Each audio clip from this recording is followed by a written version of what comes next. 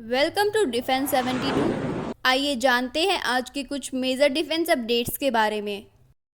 भारतीय रक्षा अनुसंधान विंग के अनुसार नाइजीरिया, ब्राज़ील, सऊदी अरब सहित कई देशों ने इंडियन रॉकेट्स और आर्टिलरी सिस्टम में इंटरेस्ट दिखाया है। कुछ साल पहले तक हमारे सभी मेजर डिफेंस सिस्टम के लिए हम इंपोर्ट के ऊपर डिपेंड करते थे, लेकिन अभी धीरे धीरे हम इंपोर्ट से एक्सपोर्ट की तरफ बढ़ रहे हैं। इसी बीच अभी दुनिया भर में इंडियन ओरिजिन डिफेंस सिस्टम की डिमांड काफ़ी बढ़ रही है और बाकी कंट्रीज इसको खरीदने के लिए भारत से बात शुरू कर चुकी है।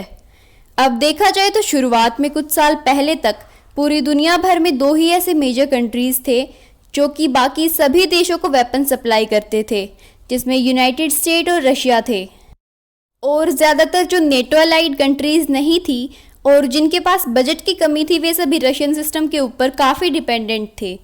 लेकिन अभी जब से रशिया और यूक्रेन के बीच लड़ाई शुरू हुई है, तब से ही रशिया के ऊपर काफ़ी सारे सैंक्शंस लगाए जा चुके हैं, जिससे अब रशिया के साथ कोई भी डायरेक्ट डिफेंस डील कर पाना मुश्किल हो गया है। इसी वजह से जो पहले रशियन डिफेंस कस्टम थे, वो इसके अल्टरनेटिव की तलाश में है। इसके लिए उनके पास चाइनीज़ सिस्टम एक अल्टरनेटिव की तरह था, लेकिन इसको कुछ देश खरीदने के बाद लो परफॉर्मेंस और पुअर क्वालिटी को लेकर नाखुश थे। अभी इस वजह से ही वो भारत की तरफ धीरे धीरे शिफ्ट हो रहे हैं।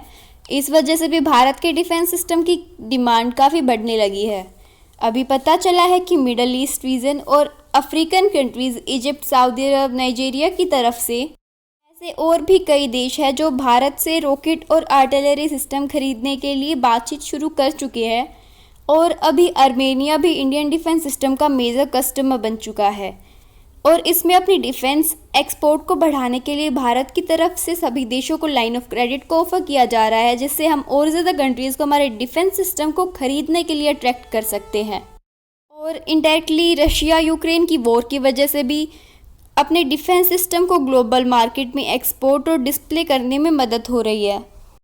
आज का अगला अपडेट भारत और चाइना के रिगार्डिंग है। आप सभी को ये तो पता ही होगा कि पिछले कई सालों से भारत और चाइना के बीच लाइन ऑफ एक्चुअल कंट्रोल में तनाव चलता आ रहा है और ख़ास करके लद्दाख रीजन और पेंगोंग लेक रीजन में भारत और चाइना के बीच काफ़ी डिस्टर्बेंस था।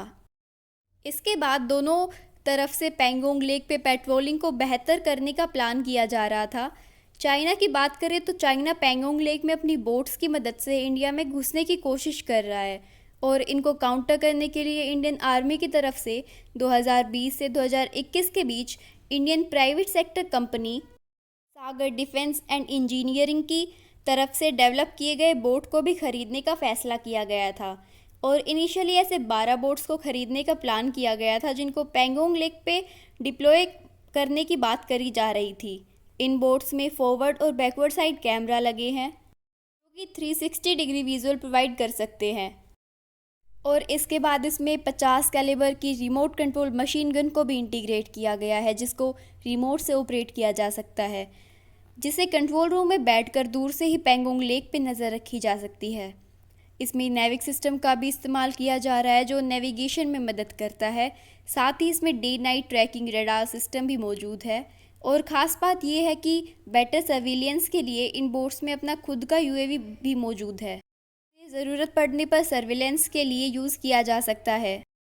इन बोट्स को एक बार टैंक फुल करने के बाद 48 घंटे तक ऑपरेट किया जा सकता है। अभी 12 में से 10 बोट्स तो रेगुलरली पेंगोंग लेक में ऑपरेट किए जा रहा है और 2 को रिजर्व में रखा गया है। इन बोट्स के अलावा भी आर्मी की तरफ से सागर डिफेंस एंड इंजीनियरिंग को अंडर वाटर स्वैंग ड्रोन्स को खरीदने के लिए ऑर्डर दिया गया था।